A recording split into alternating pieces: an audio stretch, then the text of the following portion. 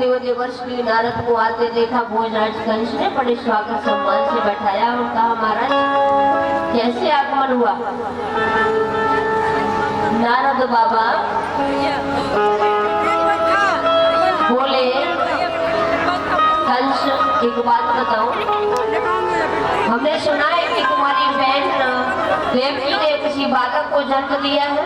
बोले हाँ दिया तो है। तो फिर कहाँ है बालक?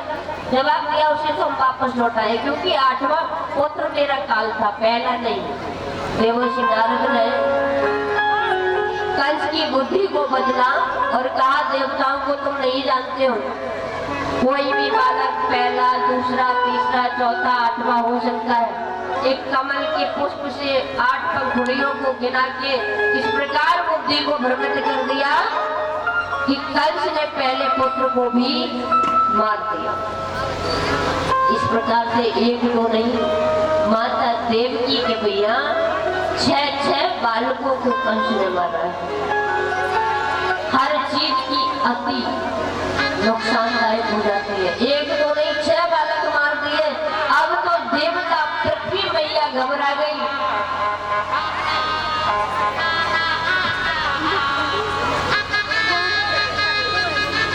पृथ्वी मैया घबरा गई।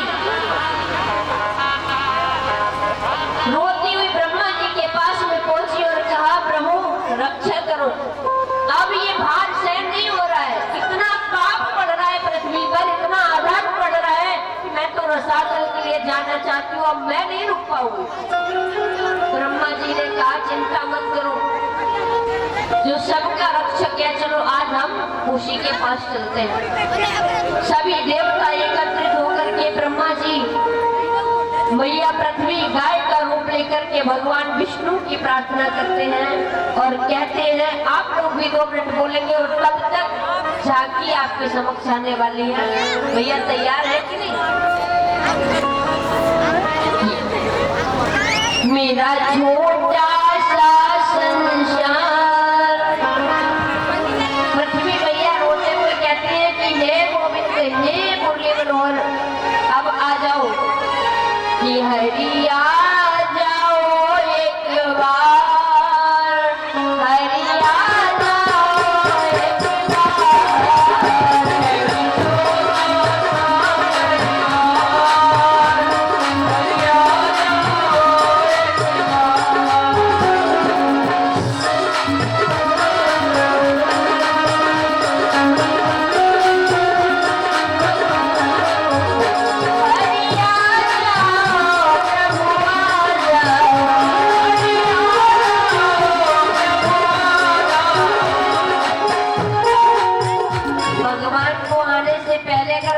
नहीं बुलाओगे तो वो नहीं आएंगे, हमने बता दिया। इसलिए भाव से बिना कैन पर हाथ करके तालियां बजाते हुए प्रेम से 10-15 मिनट की बात और बस छुट्टी।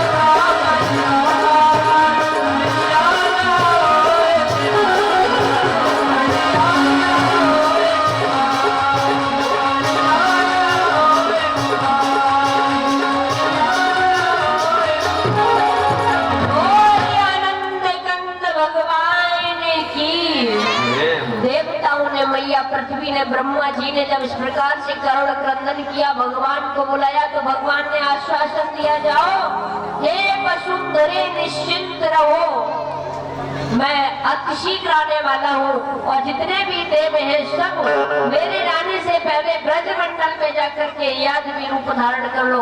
तो वहाँ पर कोई गौ है, कोई बछड़ा, कोई गोपी, कोई ग्वाल इत्यादि सभी देवता आकर के ब्रजमंडल में अवतार ले लेते हैं। इसके बाद भगवान कहते हैं, यदा यदा ही धर्मस्य ग्लानिर्भवति भारत, जब जब हो धर्म की हानि बाढ़े असुर अधर्म का अभिमानी।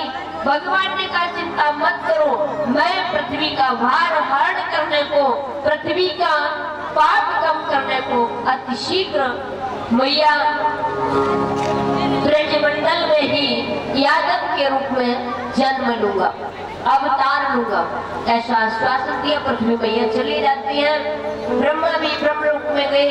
इधर देव की मैया और वसुदेव 6 बालक इनके चले गए हैं। 6 बार माँ देव की माँ बनी, लेकिन एक बार भी माँ का सुख प्राप्त नहीं हुआ। 7वें बालक के रूप में स्वयं शेषावतारी बलभद्र आए हैं, जिन्हें भगवान की योग माया से वसुदेव महाराज की दूसरी पत्नी रोहिणी के उदर में स्थापित कर दिया गया। तो उन्होंने गोकुल में बलभद्र के रूप में जन्म लिया है। बोलिए बलदाऊ भैया की। इधर कंस को लगा कि माँ देवी का गर्भपात हो गया,